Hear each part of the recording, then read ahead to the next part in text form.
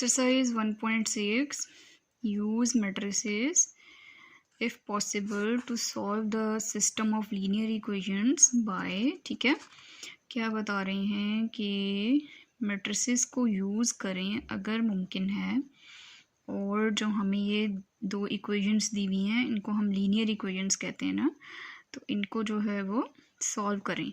Solve हमने कौन कौन से दो मेथड से हम अभी तक इन क्वेश्चंस को सॉल्व कर रहे हैं, द मैट्रिक्स इन्वर्जन मेथड के थ्रू, और सेकंड हमारा मेथड कौन सा है, द क्रैमर्स रूल। तो आज हम करेंगे पार्ट नंबर 6 करेंगे, और हम पार्ट नंबर 6 को आज अभी हम करेंगे द मैट्रिक्स इन्वर्जन मेथड के थ्रू सॉल्व करेंगे। ठीक है, तो क्वेश्चन स्टार्ट करते हैं।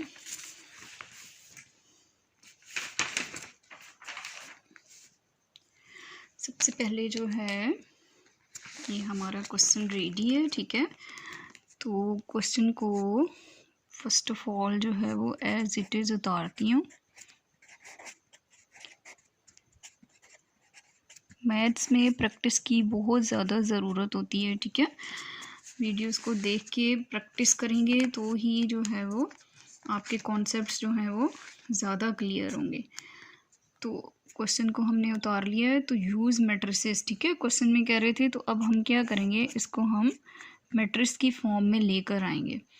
मैट्रिक्स की फॉर्म में कैसे लाते हैं, 4 और ये देखिए प्लस y के साथ जो है वो कुछ नहीं है, तो इसका मतलब है कि 1 है, तो +1 हो गया, और ये -3 और y के साथ कुछ नहीं है, इसका मतलब है 1 है, और ये माइनस, तो ये -1 होगा। ठीक है, और दो वेरिएबल इंक्लूड हैं x एंड y, और उसके बाद जो है वो 9 एंड -5। अब इसको हम हमेशा किसका नाम देते हैं, a को a का नाम देते हैं, इसको हम लोग हमेशा x का नाम देते हैं, और ये हमारा मैट्रिक्स B इसको हम बोलते हैं।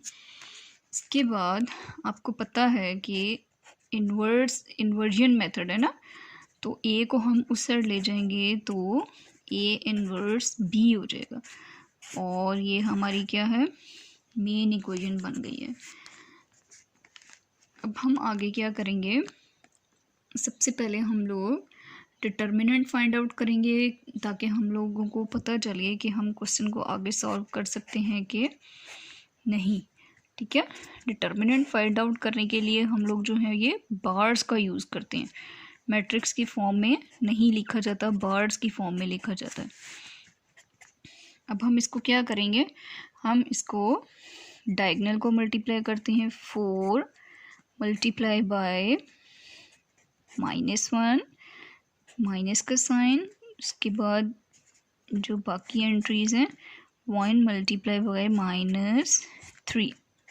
ठीक है, 4 1 ज़र 4, -4 माइनस माइनस क्या हो जाता है, +3 1 ज़र 3, +3।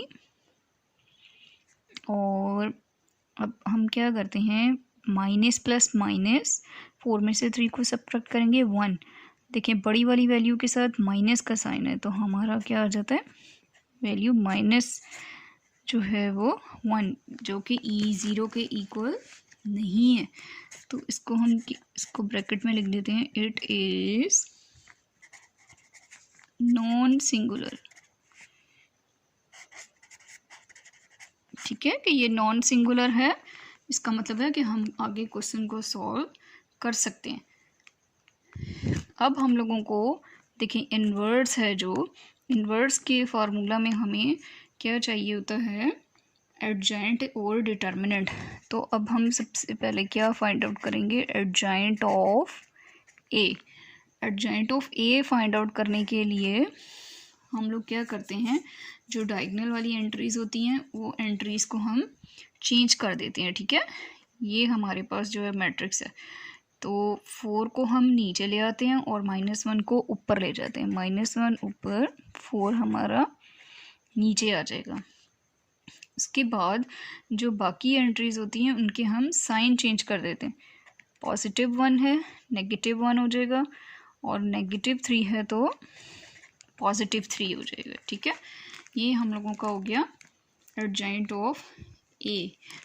अब हम क्या करते हैं, नाउ पुट द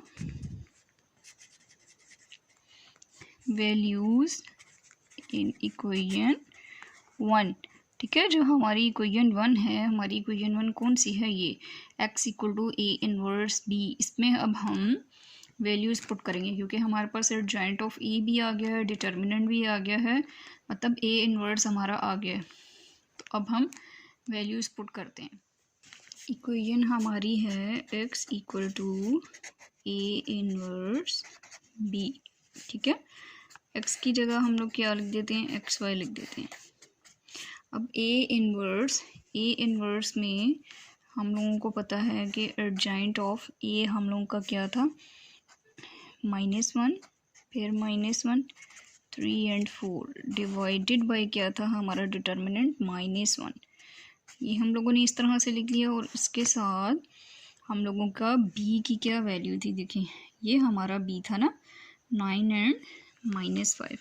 हमारे पास यहाँ पे 9 और -5 आ जाएगा। अब x and y as it is हमारा चलता जाएगा, ठीक है।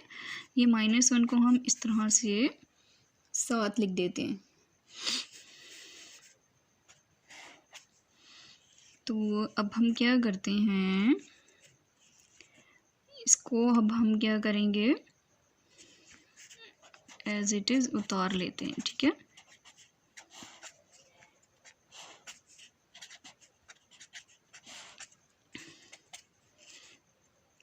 देखिए ये हमारे पास डिवाइड में था ना, तो -1 जो है वो इधर नीचे लिखें या ऊपर, ये इसी तरह से ऊपर ही आ जाएगा। तो इस वजह से जो है वो मैंने -1 ही लिख दिया। अब हम इन दोनों मैट्रिसेस को मल्टीप्लाई करेंगे, जिस तरह से हम मल्टीप्लाई करते हैं फर्स्ट रो, और ये जो हमारा एक ही कॉलम है, फर्स्ट रो को सेकंड मैट्रिक्स के कॉलम से मल्टीप्लाई करेंगे।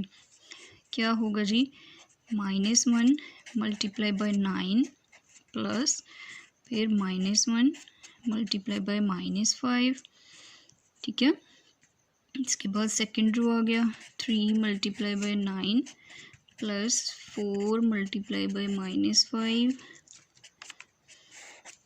इसके बाद 9 1 ज़र 9, तो माइनस है, प्लस माइनस माइनस हो गया।